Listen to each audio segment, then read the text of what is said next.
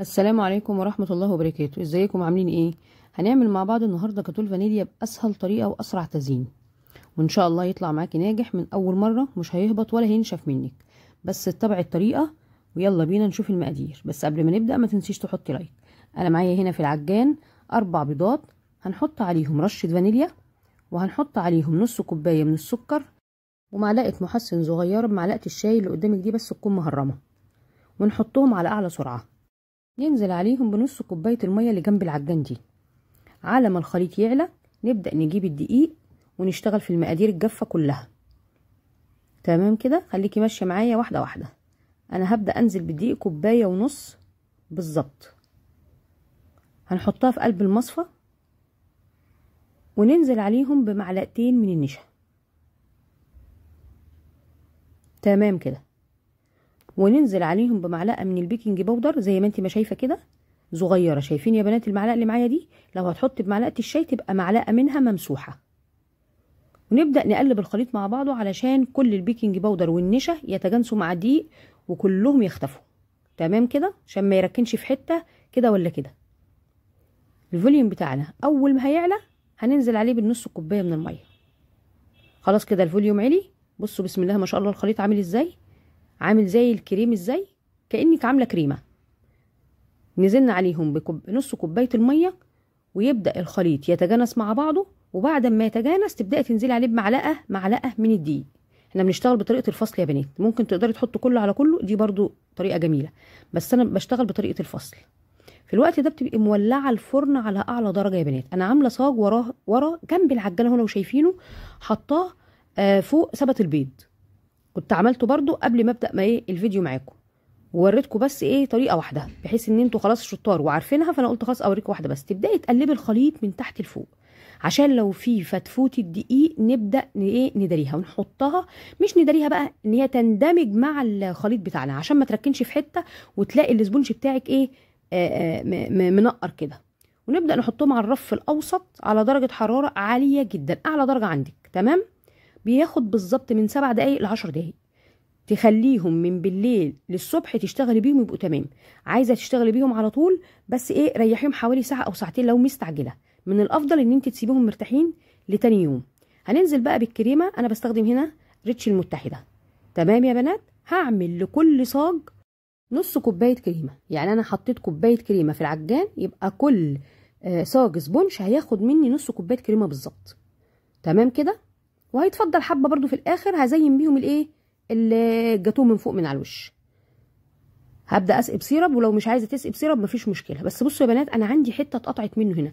من الافضل الحته اللي تتقطع في قلب الاسبونج تحطيها من فوق، والسليم يبقى من تحت. يعني اللي يشيل معاكي السليم من فوق تحطي الحته المكسوره، هي كده كده هتتدارى ومش هتبان، بس من تحت لازم يبقى الاساس هو اللي يشيل. لو عامله ديسكين زي حالاتي يبقى هتحطي السليم من تحت والمكسور من فوق. لو عامله 3 ديسكات يبقى هتحطي المكسور في النص علشان تلاقيهم بقوا ملحومين مع بعض كأنك عامله لحام، هتلاقيهم مسكوا مع بعض وبقى تمام التمام. بصوا يا بنات، انا حشيت هنا بالكريمه، بس قبل ما احشي انا حطيت سيرب. لو عايزه تستغنى عن السيرب مفيش مشكله، هو كده كده طري وملبن ومش محتاج اي حاجه، بس انا بحط يعني رشات خفيفه بس كده. تمام كده، وحشيت من النص الكريمه، وهبدأ اجلس بقى من على الوش.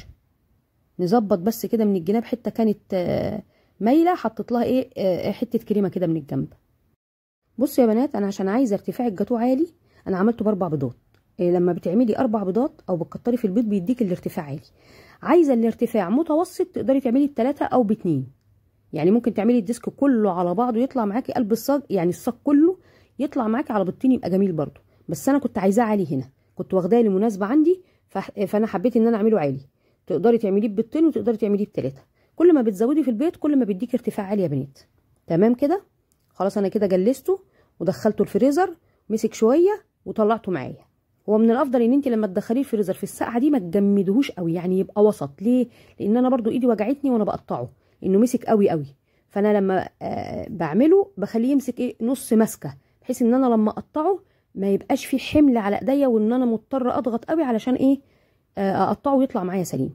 هنقطع كده من الجناب زي ما انت ما شايفه، وبواقي الكيك اللي انت شايفاها دي ما بتترميش، يا تخليها لاولادك ياكلوها او ان انت تعمليها ايه اطباق كبات او اللي هي الكوبايات. تمام كده. لو بتشتغلي اونلاين هتطلعيها اطباق هتبقى جميله معاكي جدا. والجاتو ده برضو لو انت برضو شغاله اونلاين هينفعك برضو. هنبدا نجيب الايه المسطره ونبدا نقيس زي ما انت ما شايفه كده.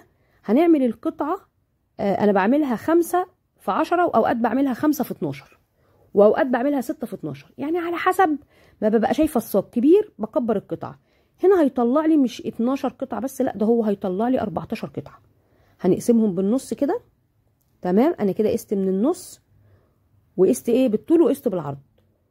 لقيت القطعه كده شكلها مناسب فانا تمام هطلعها على كده.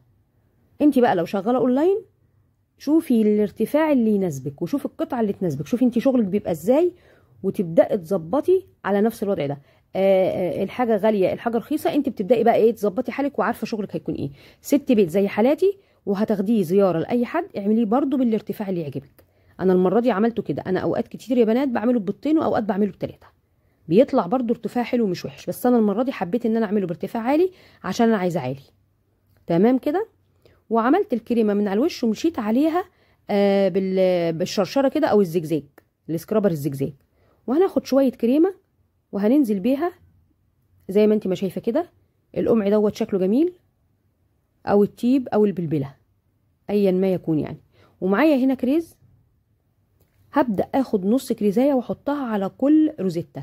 انت عايزه تحطيها كامله مفيش مشكله زي ما يعجبك. انا شايفه ان النص واحده حلوه قوي. اوقات ما بيبقاش عندي كريز كتير وعايزه اعمله بالكريز، ممكن النص كمان دي بقسمها كمان للربع وبحط ربع واحده بس. تمام كده. هنعمل بقى الناحيه التانيه برضو. بصوا يا بنات ما بياخدش وقت، الجاتو ده ما بياخدش وقت نهائي. وعموما شغل الحلويات ده يعني جميل، انا بعشقه بصراحه والله. تمام كده. خلاص خلصنا كده الكريز. هنبدا بقى زي ما انت ما شايفه كده. انا معايا هنا جيل وفراوله، وجبت كيس صغير كده من اللي هو بتاع السبوع وحطيت فيه شويه من الجيلي وبدات انزل بالنقط زي ما انت ما شايفه كده، نقطه كبيره وبعد كده الاصغر فالاصغر. تمام. انت بقى برضو زيني اللي على مزاجك.